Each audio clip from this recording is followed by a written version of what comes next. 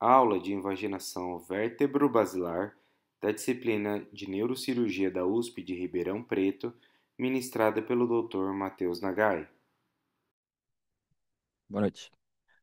Então, eu vou falar aqui sobre invaginação vértebro-basilar. Isso é uma aula mais rápida, sim, mas só para introduzir o tema mesmo. É, O João já até chegou a comentar um pouco do tema, porque é muito relacionado com o mal de Chiari aí, até 90% dos casos. E realmente, igual ele comentou, tem bastante controvérsia na questão da abordagem e até fisiopatologia da doença. Hum. Tá. Então, a invaginação basilar pode ser congênita ou pode ser adquirida. E, basicamente, ela é definida como a projeção do processo deltoide, que é o processo da vértebra C2, que vai em direção à fossa posterior, podendo até avançar para o forame magno. De etiologia, é, ainda é um tema em discussão, tá? Isso muda bastante, tem mudado também, atualmente. A fisiopatologia da doença, que vai entrar mais detalhes na próxima aula aí, que é a discussão de artigos, que entra também um pouco dessa discussão. Mas então, a parte afetada é a junção crânio-cervical ali, né, que envolve o occipício, vértebra C1 e C2, e né, a coluna cervical é uma região com mais alterações ali durante o crescimento, da fase de crescimento. Então, da coluna, é uma região mais propensa a ter alterações durante a vida. Então, uma das teorias propostas assim, para a vaginação vertebro-basilar é a instabilidade da articulação facetária atlantoaxial. Então, você vai ter uma listese, né, um escorregamento da vértebra C1 e C2, que aí predispõe à migração do processo odontoide e que pode gerar compressão e causar essa vaginação vertebro-basilar, ou pode ser secundária a algumas digenesias ósseas ou alterações congênitas. Ela por si só tem vários riscos, né? O processo odontoide avançando em direção ao sistema nervoso central ali tem risco de causar lesões neurológicas, poder causar dano vascular e até obstruir o fluxo licórico, né? Podendo causar hidrocefalia aí nesse caso. Ela tem associação de formas congênitas, ela tem associação com várias outras doenças, né? As principais é ciclopefeio, acondroplasia, platibasia. E tem outras adquiridas, né? Tipo, artrite reumatoide é associado, doença de Paget, osteomalácia, raquitismo, traumas. E também tem associação, igual eu tinha comentado, com o Chiari. E também é a forma mais comum de malformação dessa junção crânio-cervical. Então, a definição dela, radiologicamente, vai envolver aí um exame de imagem que a gente faz esses traçados aí, né? Tem diversas linhas. A mais utilizada, assim, para definir que a gente vê na literatura é essa linha de Chamberlain.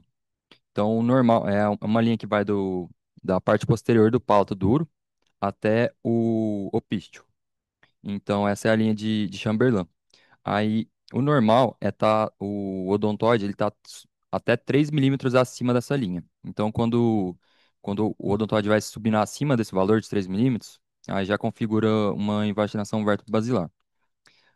Os outros ângulos que também são muito utilizados é esse de McHigh, que é uma linha entre o base e o opístio. Só que aí aí quando o odontoide atravessa ele, né, obviamente está invadindo, o odontoide está ultrapassando o forame magno ali, né? Então já configura com certeza a invaginação vertebro-basilar, né? Mas por isso é mais acurado, mas já é mais do tipo de um tipo específico de invaginação vertebro-basilar. E tem essa linha de McGregor, que também é uma linha que vai do palato duro, só que ao invés de ir até o pístio, ele vai até a base, até a parte inferior do osso occipital. Então, de classificação, a invaginação vertebral tem algumas classificações assim utilizadas, assim, quando se procura na literatura, mas a mais utilizada, que ainda persiste até hoje, é essa do Goa. Goa é um neurocirurgião indiano aí que é referência, né, no tema de invaginação vertebro-basilar. Na Índia tem uma epidemiologia muito forte de invaginação vertebro-basilar e também tem no Nordeste brasileiro. Então, são dois centros que têm uma frequência muito grande de invaginação vertebro-basilar. Só que são dois tipos diferentes, pelo menos dentro dessa classificação dele, que é de 2004, que ele dividiu em tipo A e tipo B. A tipo A ele associou essa invaginação é uma instabilidade atlantoaxial, e a tipo B é uma invaginação vertebasilar, só que sem essa instabilidade, pelo menos de forma evidente. Ou seja, é uma coisa mais alinhada, sem uma listese da vértebra. E tem outras classificações, né, que não é tão utilizadas, tipo grau, se classifica por grau de invaginação do odontoide, de tipo um, tipo 2, e isso mais para contexto de tratamento é muito colocado também se era associado ou não ao Chiari 1, né? O tipo A, então, eles colocam como é uma estabilidade transaxial, você vai ter um deslocamento mais predominante do odontoide, invadindo o fôlego magno e comprimindo. Então, gera sintomas mais agudos, potencialmente mais grave, tem mais relação com trauma. E a tipo B são sintomas mais insidiosos, é uma coisa mais relacionada com congênito e é bem mais frequente a associação com Chiari também. Então, de clínica, é bem variado e depende um pouco do subtipo de invaginação do vértebro basilar. Tipo, no tipo A, igual eu falei, como você tem uma produção maior do odontoide para a direção do forame magno, então você tem um risco maior de compressão de estrutura nervosa, do tronco, são sintomas mais agudos, eh, e aí são mais intensos também. Aí no tipo B é um pouco mais insidioso, pode demorar e aparecer aos poucos. O mais relatado sintoma é a dor cervical, né, e o torcicolo. Tem também autocefaleia por tosse e sintomas neurológicos gerais, né? Fraqueza, parestesia, hipoestesia, ataxia, disfasia e disartria. Depende do grau de compressão, depende de associação ou não com seringomielia e vai depender também, tipo, pode causar hidrocefalia também, vir com sintoma de hipertensão intracraniana. E aí, igual eu te falado, no grupo A, tem uma associação mais forte com um trauma, né? Em até 60% dos casos, em alguns estudos.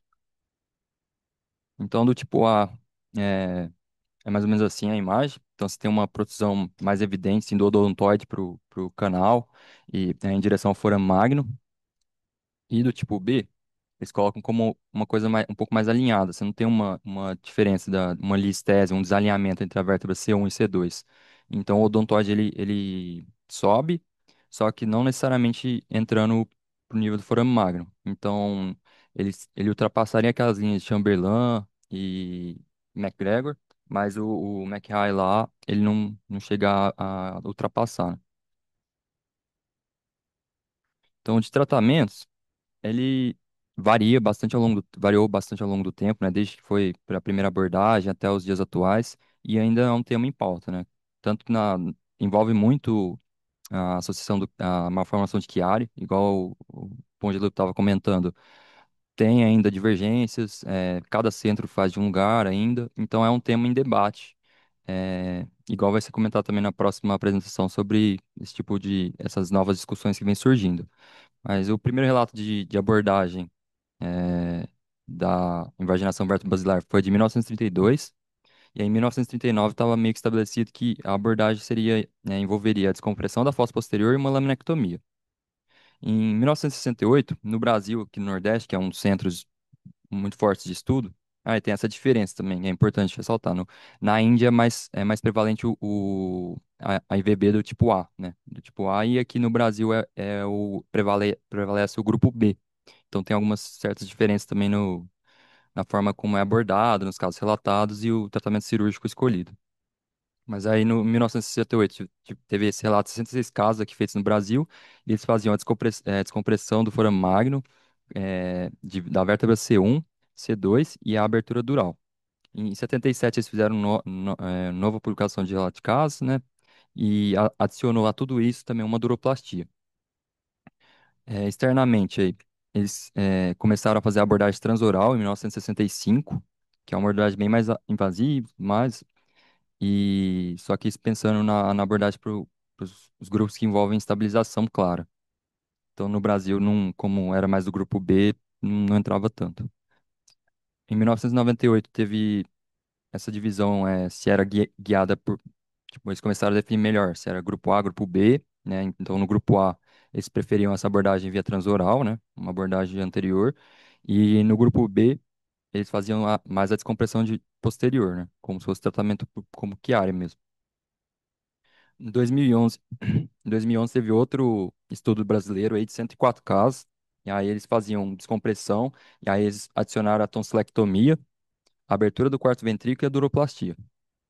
E aí, por fim, agora em 2015, o Goel, que é esse neurocirurgião indiano referência nesse estudo, ele publicou falando que era mais importante, e também a técnica e tudo mais, essas coisas foram mais voltadas para começaram a ser mais voltadas para a presença ou não da instabilidade, né? Então o Google começou a defender essa parte de que tanto o Chiari como a invaginação basilar grupo A ou grupo B são todos secundários a essa presença de uma instabilidade atlantoaxial, mesmo que seja evidente ou não.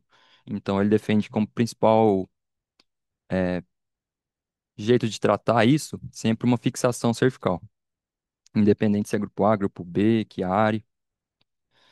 Então, de modo geral, o que eu vejo assim, ainda que não foi muito bem introduzida essa nova metodologia do Go, ainda segue-se aí mais ou menos essa linha, né, eles colocaram, né, o malto Chiaris com ou sem seringomielia, mas seguindo esse fluxograma. Aí você separa sem a invaginação vertebro-basilar ou não.